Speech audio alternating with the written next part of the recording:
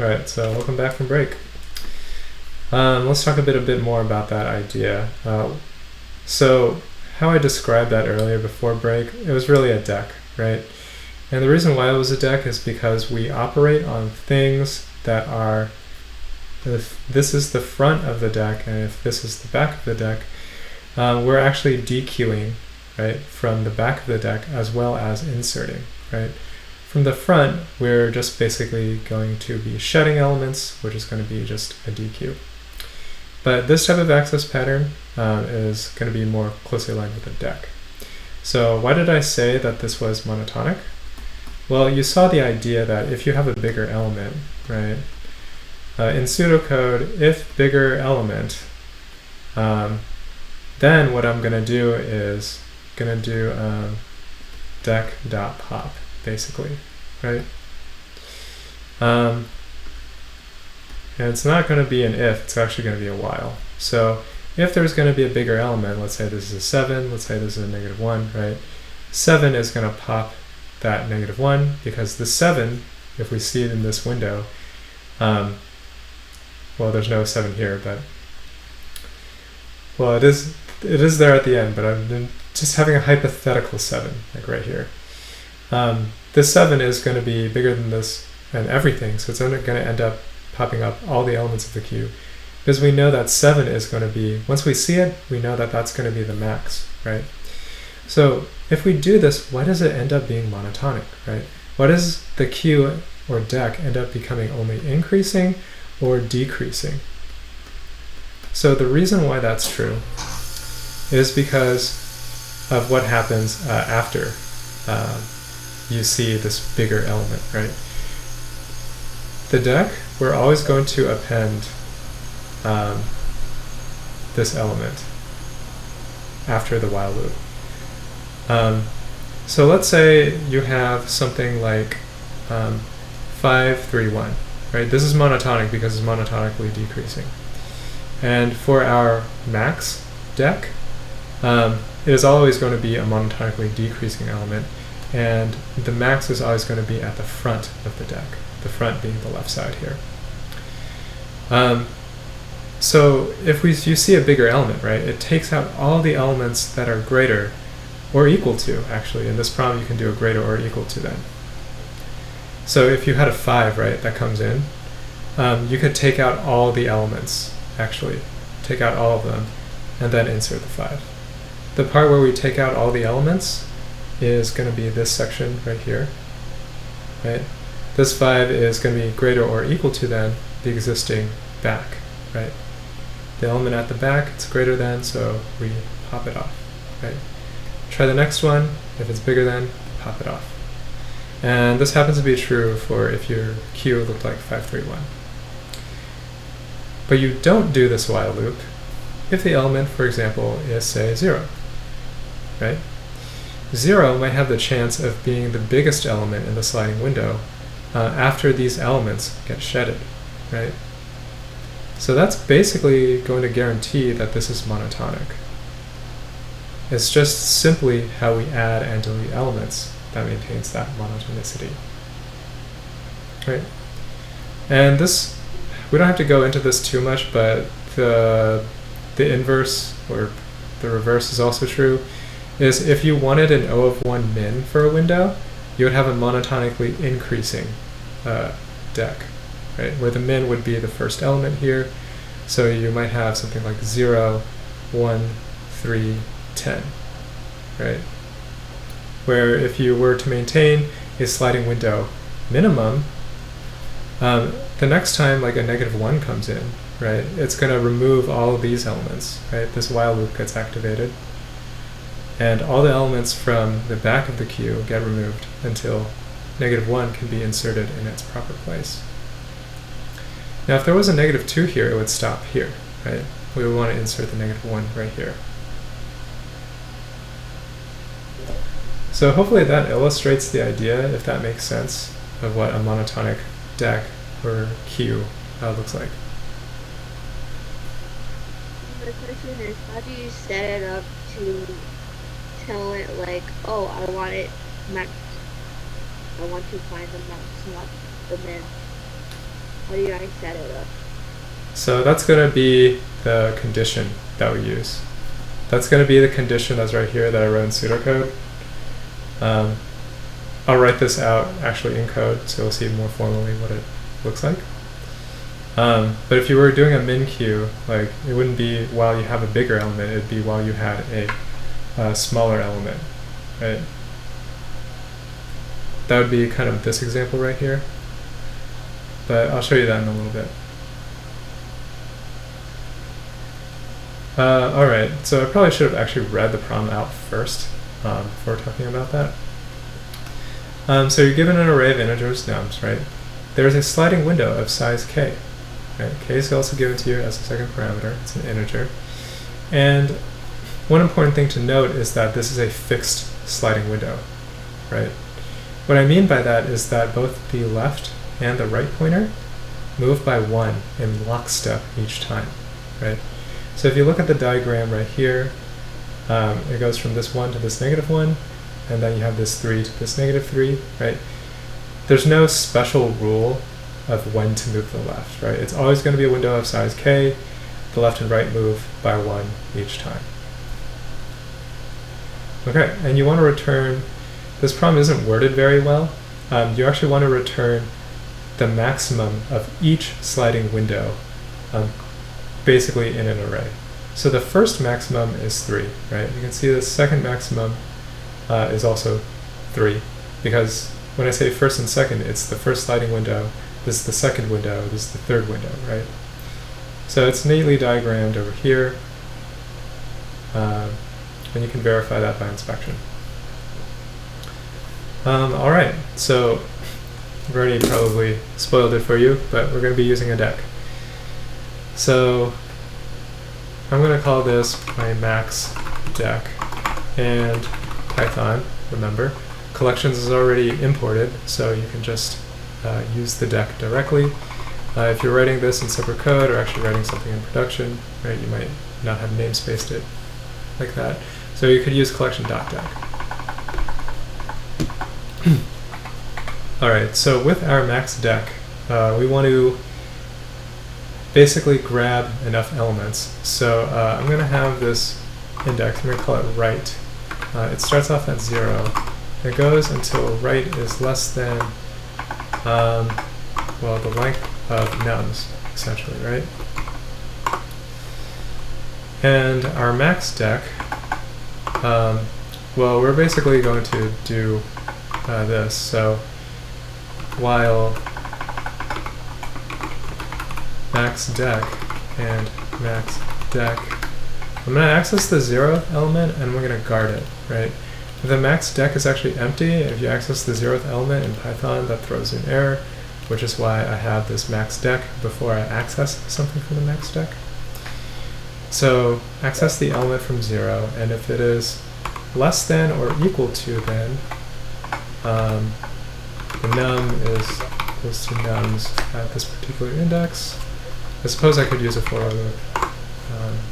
Doesn't matter too much right now. Then I use deck, and then I do a pop. Otherwise, I do deck.append, and I append the current node. So this is how you see like whether this is a max deck or a min deck. Is this comparison right here. Oh, actually this was the wrong element. Oh, and there's one more twist to this that I forgot to talk about. But I'm not going to talk about the small little twist yet. So the max deck, to access, I'm accessing the last element, right? So when I said the 0th element, that was wrong. I'm actually accessing the back, right? And I get that from doing the access of the -1 in Python. If it's in your language and you don't have the access to that syntactic sugar, you would do length of max deck and then do -1 to get the last element. But this Python, so I'm just going to keep it like that. All right, so deck appends that number, and then You could have two whiles like that. Why don't you just combine it? So you have to do 2 whiles. So this while specifically operates on the deck, right? Keeping this monotonic. So that's what this while loop is for. This while loop, however, is just specifically for numbers, right? Numbers in this list. If I combine them, the logic would get really hairy. So I'd like to keep them separate. I think it makes more logical sense this way, because these are actually two different structures. I could write this while loop actually as a for loop, right? So for num in nums, for example, I could do that. That makes more sense to me. Okay, well we can do it this way. So we can use a for number in numbers. I am also, I guess we don't need that right pointer anymore. One thing I want to, this slight little twist is that for this problem, the part that we did not talk about is when to shed the left element, right? So I hope you believe me that like this deck can give us the max element in O of 1 time for the current window. Now we have to make sure we can maintain its size, right? Maintain a sort of logical size. Because the deck might be shorter than k many elements, right? So in order to figure out when to shed like the max element, the element all the way at the front, we actually need to keep track of its index, right? We actually need its index. Because you can imagine while the pointer like keeps pointing to more elements in a vast array of numbers, right? The queue might actually have elements from all the way over here, but if the window is of size k, we need to make sure that, hey, we only have elements. We only have possible maxes from here to here, right? So actually this max deck, we won't be keeping the elements themselves. We're going to keep actually the indexes of the elements. And remember, Julie, you asked earlier, what does enumerate do? It simply allows us to get the index. So if I use enumerate on nums, I believe it gives us an iterator, and I can use some destructuring that exists in Python, and the index is the first element of that tuple. So actually, when I append, I'm going to append the index, and when I use the value, I'm going to look up the value at that index. So this means as long as there's testing values and the k, this while loop can work. Yep. Because right now we figure out how to maintain the fact that the max is always going to be, we're going to have always this monotonic decreasing array. This is what this part of the code helps us do. We did one small little twist where it's like, hey, we realize we actually need the indices, not the indices are really important to keep track of. So I'm just going to keep track of the indices themselves because I can do a lookup inside num in order to find what value it was. So now let's figure out how to shed the left element. So when do we shed the left element? It is when we look at the left element at the index. Go ahead. When the number is bigger, when it's bigger, so you should. So let's look at this k, right? So we want to figure out concretely, when do we shed, let's say, okay, maybe that's not a good example, but let's say we had an array, which is like, yeah, this array is really simple. But let's say that k equals 2, right? So our first sliding window might look like this, like our first valid one that we record from. But then we have this window, right? And even though 5 was the max, we need to shed this 5, right? So this is index 0, 1, 2 inside the array. So if k equals 2, we need to look at when this deck value is maybe equal to I minus k.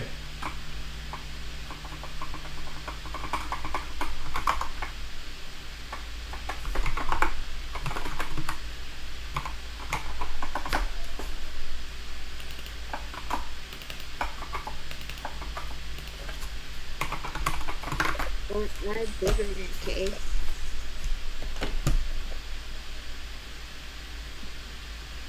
Say that again? Wouldn't it be I bigger than K? When I is bigger than K, you shut it. I is actually going to be bigger than K possibly in a lot of different instances. So let's say you have I, right? And it's somewhere around here. And let's say K equals 2. You might not always shed this element right here because this element, maybe it's like a pretty big element, maybe this element is like 10, right? And your Q only has one element, right? But K, if you said I is greater than K, I is going to be greater than K like a lot of times, right? I could be from anywhere from 0 all the way to n minus 1 for the indices in an array of like that. So you don't always shed there. You really want to compare, like, sorry, this was also a bad picture because this is the value, right? The value is 10. But the index from where this 10 came from might be like I, right?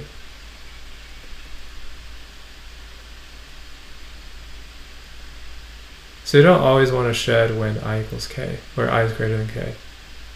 Right? It's when the element in the deck, the leftmost element in the deck, is outside of the window.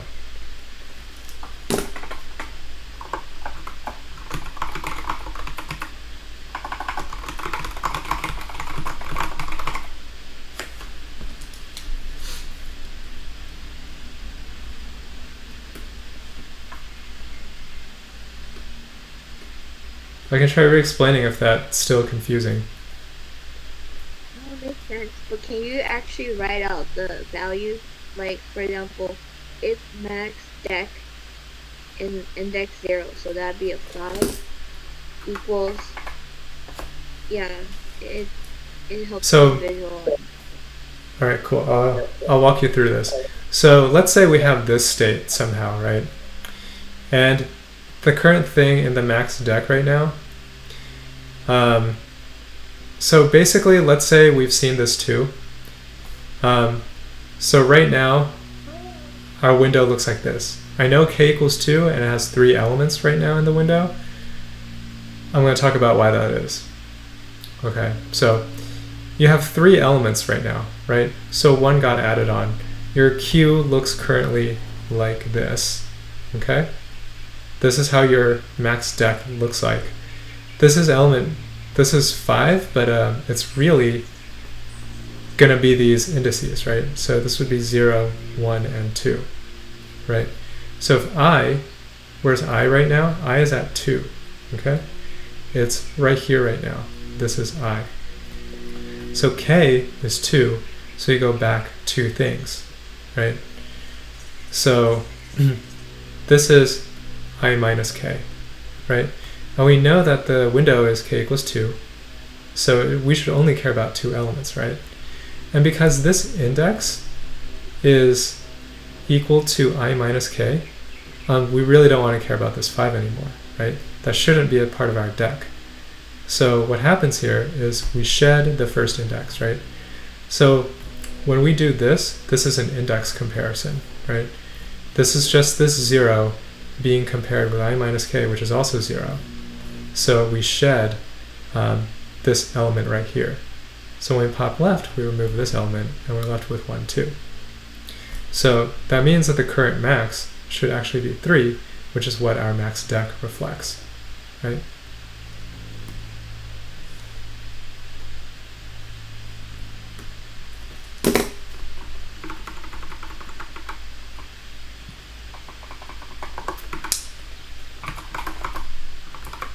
There's going to be an array I'm going to use for the results. And I'll recap what just happened here. So if, let's say, I is greater or equal to than K minus 1, right? So we have enough elements for a window, right? Because if we're at index K minus 1, that means we have a length k window, right? Because I starts at index 0. So the result, we can append the current max. The current max is going to be the max dec. Did I spell that right? Max dec, and I'm going to access the current max. Right, at the end of the algorithm, I got to return the result. So unless I made mistakes, this looks right to me. But I'll print out the, I guess this was not the correct variable name. And I'll just print out the max dec. In line let me 6, should it be nums? Oh, yep, good catch. Yep. Because we're doing an array access off of that index.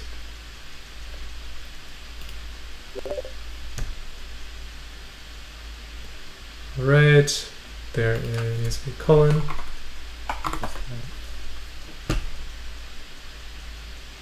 What I don't Descriptor. What I don't understand is why is I 2?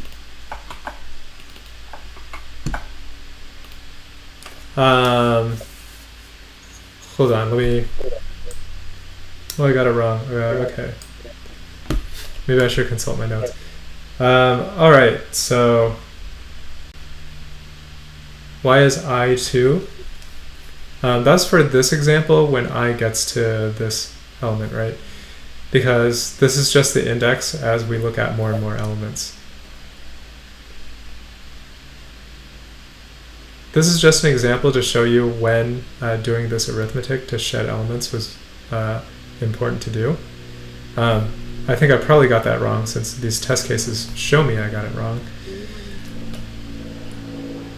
But you see when you get to 2, index 2, if your window was size 2, right, you only care about the elements between index 1 and index 2, right? You don't want to care about index 0.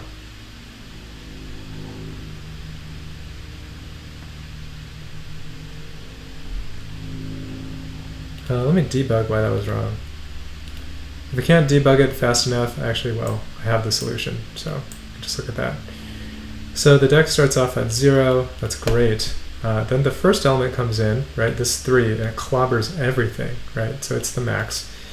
Then it's 3 and negative 1 on this line, which is still good. The max, unfortunately, said 1 and not the element at index 1. So what did we need to do? We needed to access the element from the array using the max dec as the index, or the element from the dec as the index. All right, and that looks right, at least for these test cases.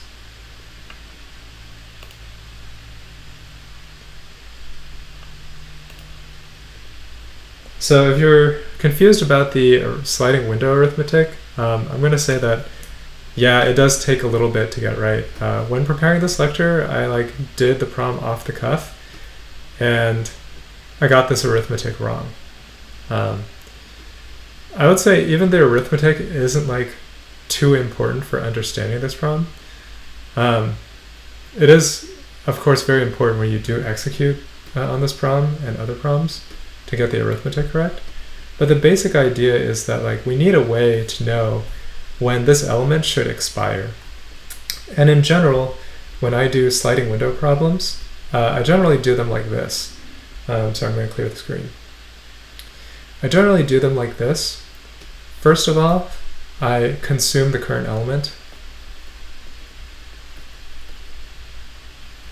And then I basically do something to ensure the window is correct.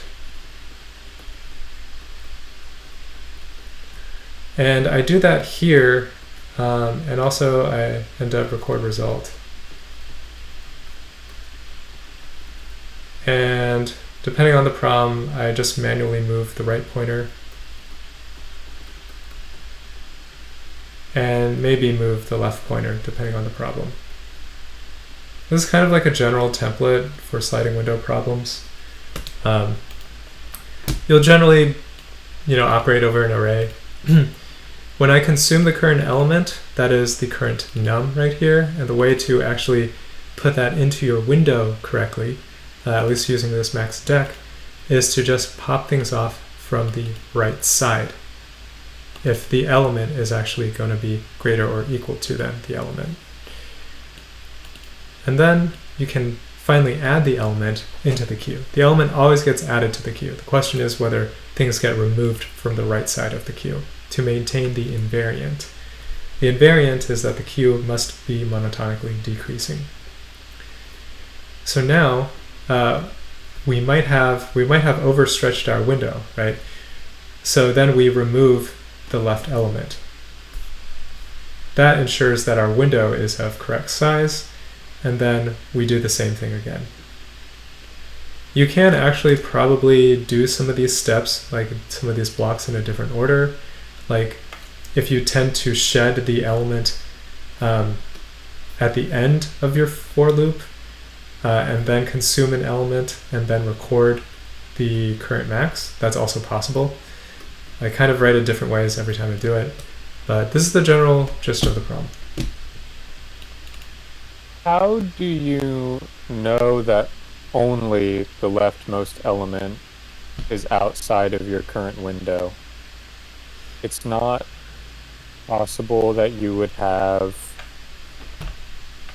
more elements in your deck that came from previous steps? I don't think so. So an element, let me just think about this before. So an element that came before, if it's in the deck, remember we walk one by one, right? We walk one by one, so there's no index that we ever miss when we do this comparison. Anything that's in the deck will get processed from the left side of the deck. If you inserted like a new element right here,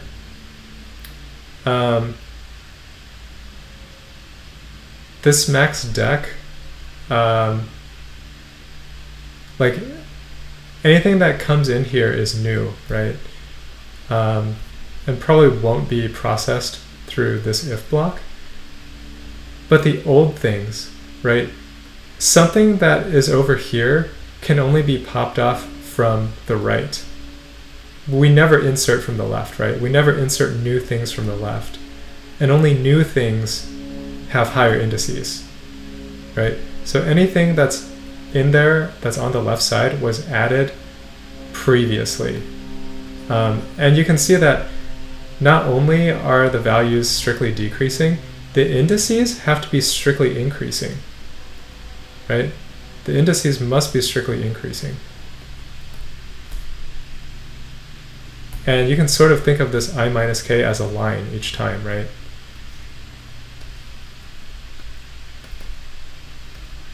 And it just scans forward. Yeah, sorry, this was not the best explanation I could probably give. And I say that it's a fixed sliding, it's a fixed queue, and it's like you're recycling the same numbers. You're not getting new numbers. You're only like getting rid of the max, and then you're putting the max to the end of the line, and then the next number becomes a new max, and then so forth. Right. So elements only get added on from the right-hand side, and when you add them, they're at index I, right? And because k is always going to be non-zero, I minus k is always going to be left of whatever element gets popped into here. So you can kind of think of it as that. Right? It's possible that the leftmost element isn't even at I minus k, right? It could be further away from that. And that would still be fine. So this element right here, it might get popped off just by, in this while loop from lines 6 to 8, or 6 to 7. But if it doesn't get removed then, the window of size k, remember, this is I, and this is I minus k right here. Yeah, this index never increases, right? So it's almost like I minus k is I minus k is basically like 1 over the left bound of the window.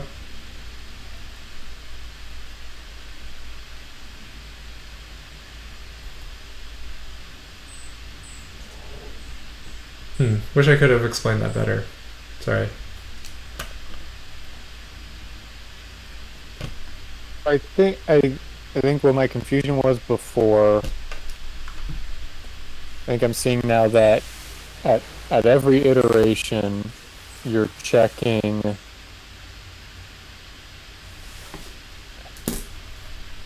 whether you still have anything you're tracking that came from outside your current window. That's basically it.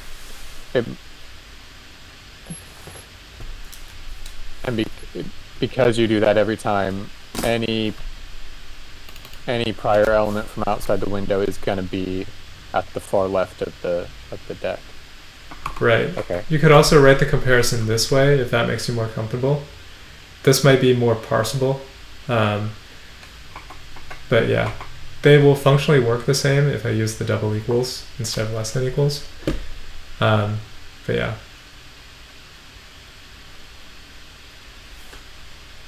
So you won't wind up in a situation where you have so let's say we're at the third position, our window is at its third position, and there was like a greater value than any that we've seen over here at the first in the original array. Is that clear? Okay, so let's say you had something like 7, right? And then you had -3, and then you had 1, right? So this would be our array. And your queue would actually look basically the same, actually. Oh, actually, it wouldn't look the same. It would look like 7 and 1. And these are values. Like in our deck, we actually have indices, but I'll just show you the values right now. Right. So this would be how the max deck looks. It would just be this 7 and this 1, right? Because 1 would be the max longer than this -3. So finally, let's look at truncating those items, right? So let's say our k equals 2, right? Well, when I is equal to 0, right? None of those elements are going to be negative, right? But then I is 1, and I minus k is still negative, right? And then finally, I minus k is, it's going to be equal to 0, right? So because 7 was here, it needs to get removed now, right? Because we know that our k needs to be from the elements at index I minus k plus 1 all the way to I, right? That is our window of elements currently. Right. So that's why that 7 gets removed. And we make that comparison every single time. So if there was something in there, like if there were more elements prior, right? Like maybe an 8 or something, this would have gotten removed the moment we did this, right? The moment we looked at index whatever. Okay. I see. Sorry to harp on it. No worries.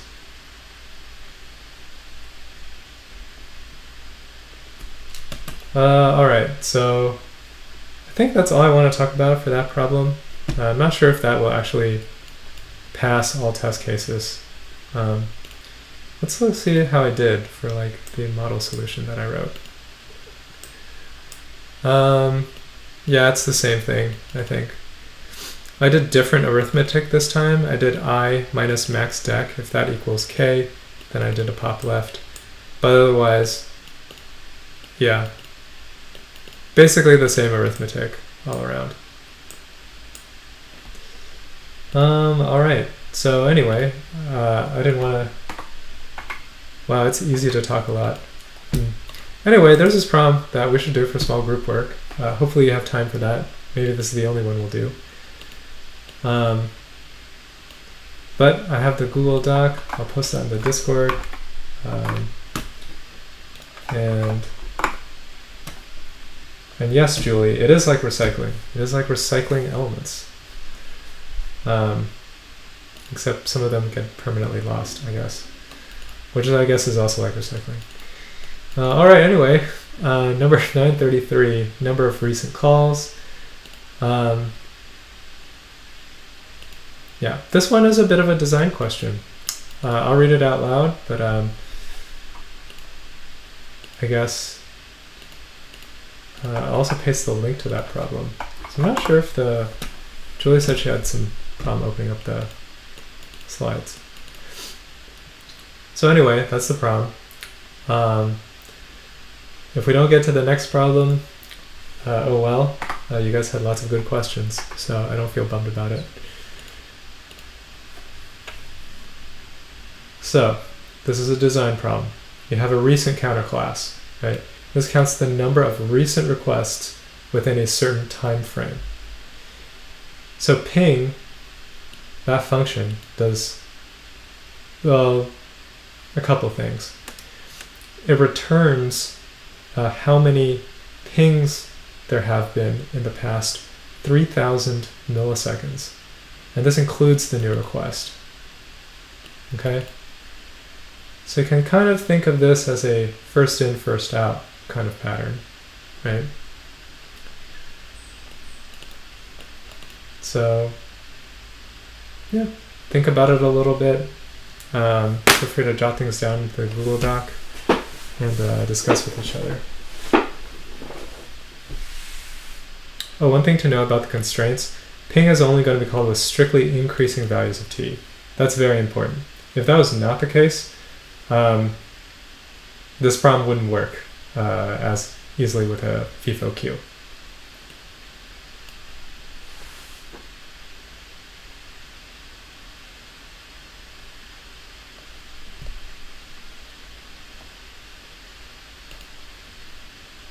So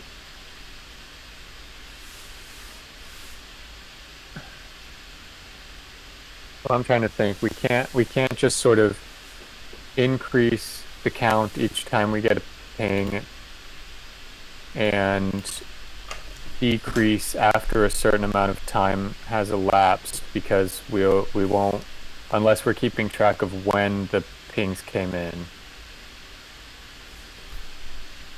So, I'm thinking. Interestingly, this won't be like a problem that like quote unquote depends on time. There's no like timer involved. Ping will actually be called with an argument. You'll see that in the function signature. That's t in integer. And because ping gets called with a number, it actually shows you like, well, the first ping, which happened at time 1, just remember this is a completely unrealistic example. It gets called with a specific time, right? So the numbers within range of, the past 3,000 milliseconds are, well, anything that happened at -2,999 to 1. And the second ping happens, and you get passed in an argument 100. Well, 1 was pinged before, so you want to make sure you noted that. So you return 2, right? You only really care about the number of valid pings within 3,000 milliseconds. Now the example goes so on and so forth, but when you look at this ping, when you get 3002, suddenly the first ping that happened at time 1 expires, right? You no longer need to care about this, and because the test case says each ping will be called with strictly increasing values of t, you get to not worry about the thing that you expired. If you expire it once, it's expired forever.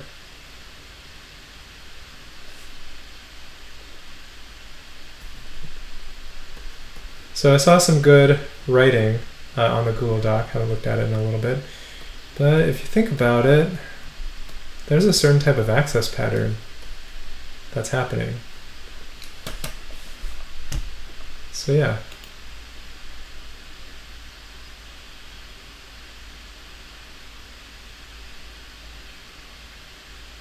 I would have guessed that a single-ended queue for this, because we only... Mm-hmm.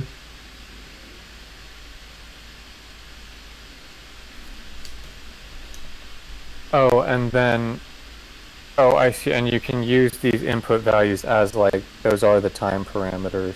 So if... Sorry, I like to talk through and verbalize No. before Go I ahead. start writing things. This is great. Yeah, Um, I normally draw things out before I actually do the code. You don't see that because everything's. Well, I have to pre-bake it, otherwise I'm too slow. I like to carry on, and I talk to myself when I do these. So basically, what I'm thinking is we take in an input value, and then we just need to what is the word, dequeue from Mm-hmm. the left, as long as the difference in the values is greater than 3000. Mm-hmm. Is that what needs to? Okay. That's what Yeah, I'm because thinking. the most recent element, right, is actually going to be strictly increasing. So you can actually do a comparison between this value and the incoming t to figure out whether you need a pop left, right? So when they inserted this 3002, right, you can see, hey, this left hand side, right, do I need to remove it? And you can kind of do some sort of comparison using the number 3002, the number 3000, and the number 1. Right? Because 1 was the first thing that you had in your queue. And for this, say we had 1, 2, 100, 3001, 3002, like that, just with a 2 before the 100. Mm-hmm. We would also want to pop left the 2 as well. Or is it inclusive? Let me check.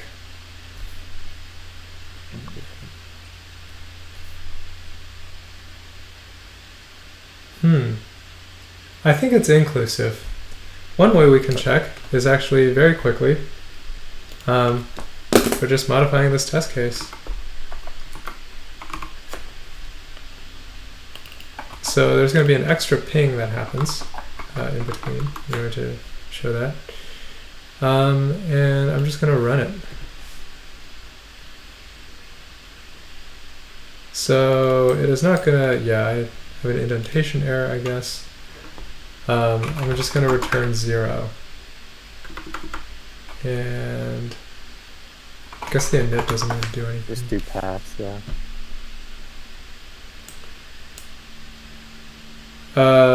So there's going to be, so I believe this is inclusive, because this would be 4 elements when you see the 3002, right? Which is all the way at the end. 1, 2, 100, 3001, 3002. 4 elements. Yep, it's inclusive. Good edge case checking is important. Okay.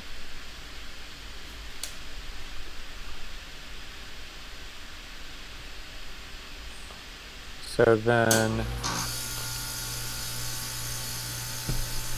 I mean, the init just needs to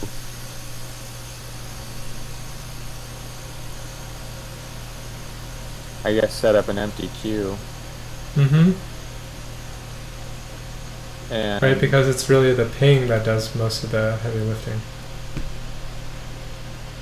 right, so we can try to remember the object-oriented Python syntax.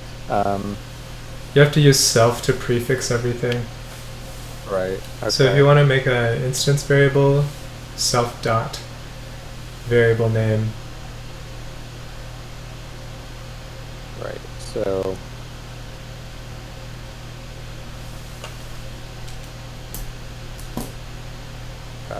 I was going to call it Q in my attempt. I'm adding some stuff now. Mm-hmm. And is this the right initializer? Use deck. Python, we went over this a little bit, but Python doesn't have like a formal queue. but it has dex because anything queues can do, dex basically do. Right. Okay.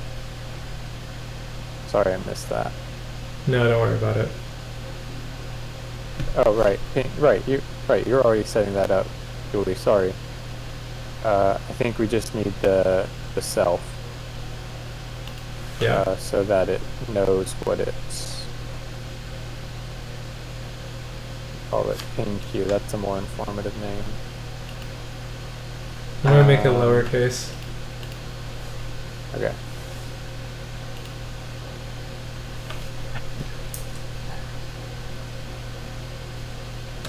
And then.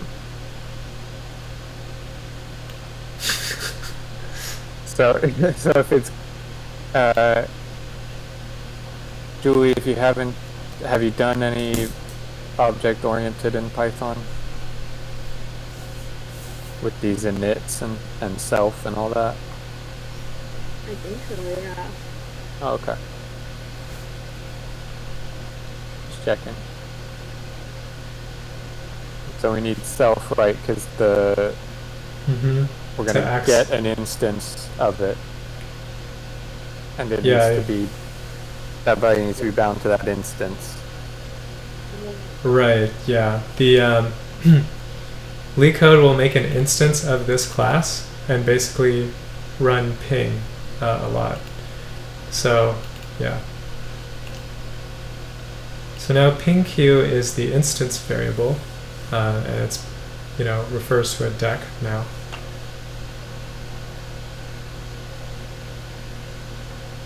Right. And so whenever we get a call to ping, there's going to be an argument t, and so I don't know the methods because I missed that part. I can fill those out for you. You can just you can just make them up. You can just make them up. I'll fill in the right one. Okay, so I don't. Pop left is how you remove something from the left side. Append is how you push something from the right side.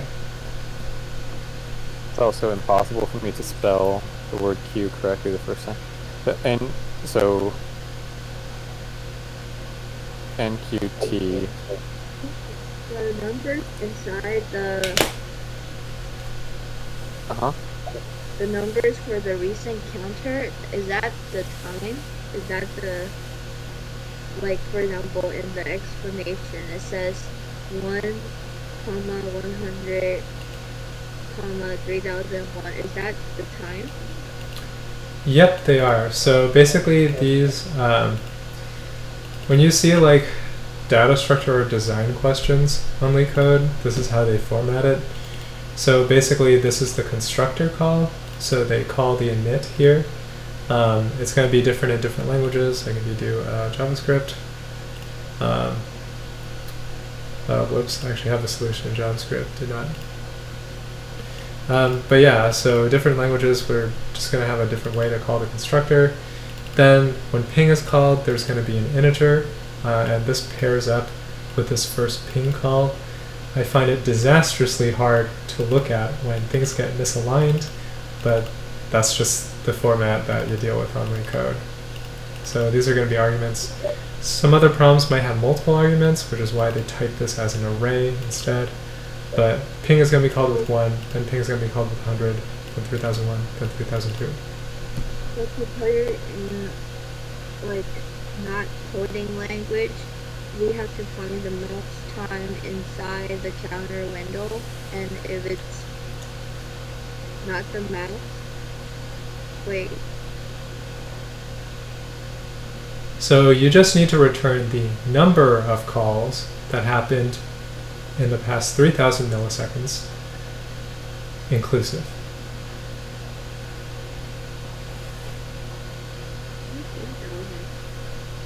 It's just specified by the prom. It's just very arbitrary. By the prom.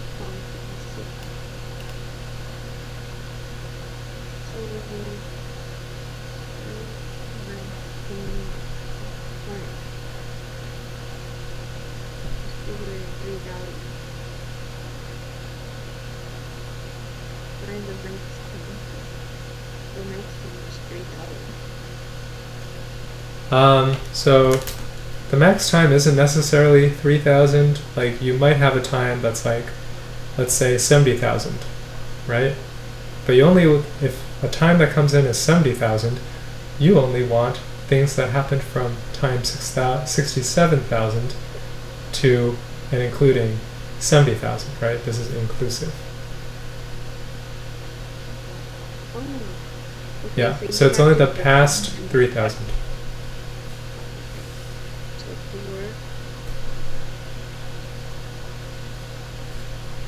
4. And you have to do a 4 statement. There is probably some kind of looping involved, and that can happen if, let's say, you have these elements, right? The past 3,000 milliseconds, but then a big number like, I don't know, 70,000 comes in, right? What are all the most recent calls? Like, how many recent calls within the past 3,000 milliseconds? Well, only 70,000 fits that bill, so you would only get a return of 1 in that case, and everything here would be lost. So if you're looking to shed elements, yes, I do think that you'll need some kind of looping construct to pop as many elements as you need to.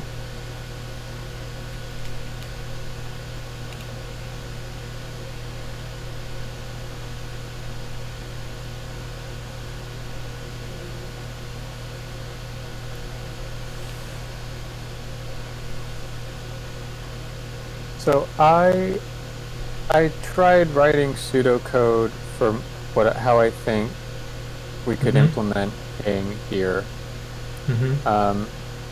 And so it's under def ping because that's the thing.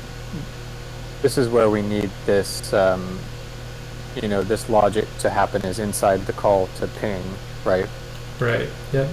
Right. So, and I use the while loop because what I'm thinking, I'm not sure I 100% read it correctly, but is that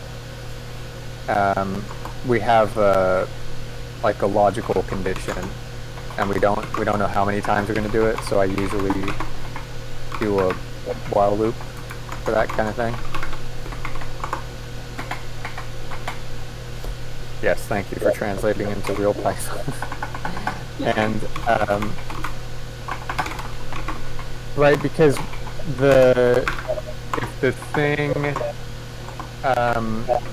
at the front of the, or what is it?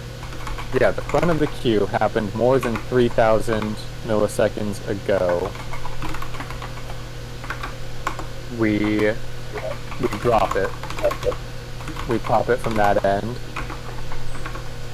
But we do that until we've gotten into a range where it's within the 3,000 previous milliseconds. So if the input was 70,000 and we had 20,000 here and 40,000 here, we would drop those. But if it was then 67,000, we would keep that and report everything in between, is how I'm understanding it. And that's what I tried to write in the pseudocode. Does that make sense, Julie?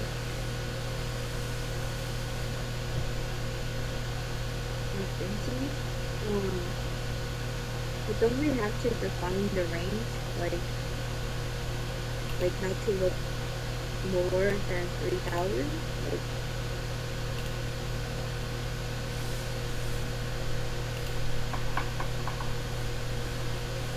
yeah, that's the cutoff. Right. I might be missing something, so sorry if I am, but I think that's what I was trying to do with the condition in the while loop. Oh. Is to look. Just like the 4 instead of the while for the 3,000. Is there a way to write what you wrote, but in this format?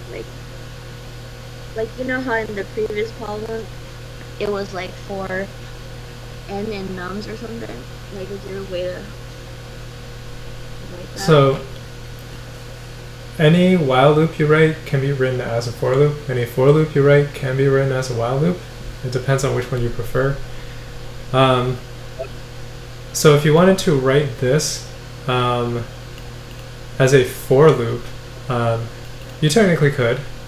So if your cursor is right there, so you'd be looking for I in pings, right? And if, you could do something like if I is, or if, let's say, t minus I, right, is greater than 3000, you could write self.pingq.pop left, Yeah. or Yeah. pop. That makes more sense to me. Otherwise, you could just do a break, right? So here you would put that kind of the break condition, which would just be if this didn't happen, right? So you could write it this way if you liked, but they're going to be equivalent in logic. There might also be some times when you use a for loop and Python isn't happy that you mutated something while you were looping through it.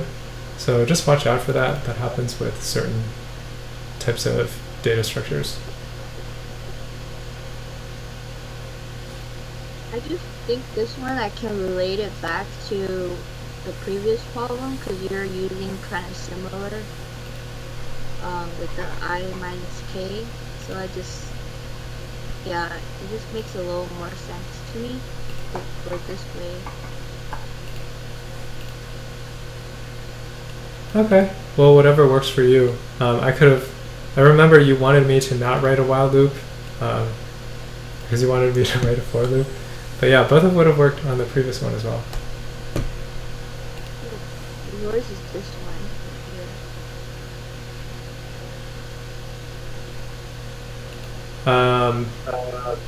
Yeah, I wrote it.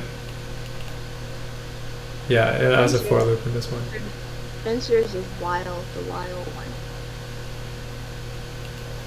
one. Yeah, I've written it like a couple different ways. All right, back to this problem though. I think either would work. I did translate this code, so I'm gonna run it once I paste it in. All right, this is gonna freak out between tabs and spaces. So I guess I'll just manually re-indent.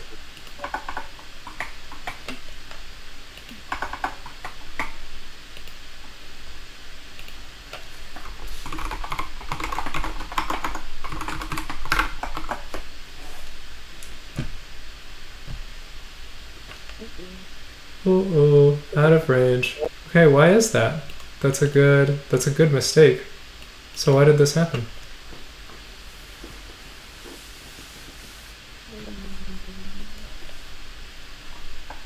Is it Is it a return? Return is off. So line 7 got highlighted. so Oh. it's empty and you're looking for the first element, so you need to check that there's something there before. Mm-hmm. Is that right? Yep. One thing I might actually do is switch up the lines and always append the latest t. I know the latest time will always fail this condition. So that's what I might do. But, will there be another error? I don't see any, but maybe there might be. I wrote Well- it, probably. So this looks right, at least for these test cases. I actually think it's a pain in the butt to make test cases when the inputs look like this. So sometimes I just go ahead and I submit, which is not a good habit. But this looks right to me. Let's try the 4 one, see if that one works. I'll risk my reputation on it. Hit submit. Oh, it worked. It worked. Sure, I can write a for loop one if you want. I don't know if it'll let us modify while we're iterating. So for I in self dot enqueue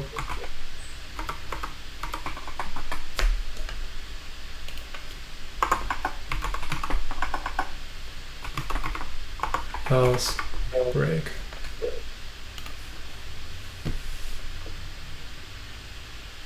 Deck mutated during insertion or during iteration. Yeah, that happens. So you don't really care about this anything here.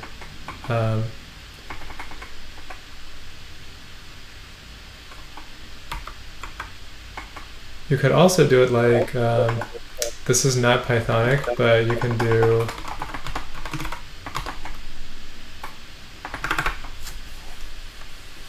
I like the while loop better because like you're not really even using any of the indices in this case because you're always just popping left.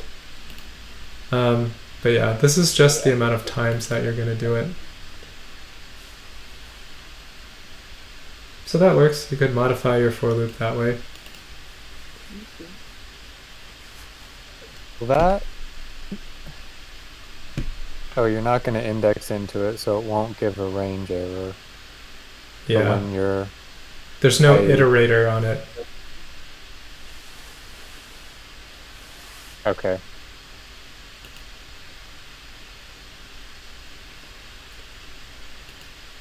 All right.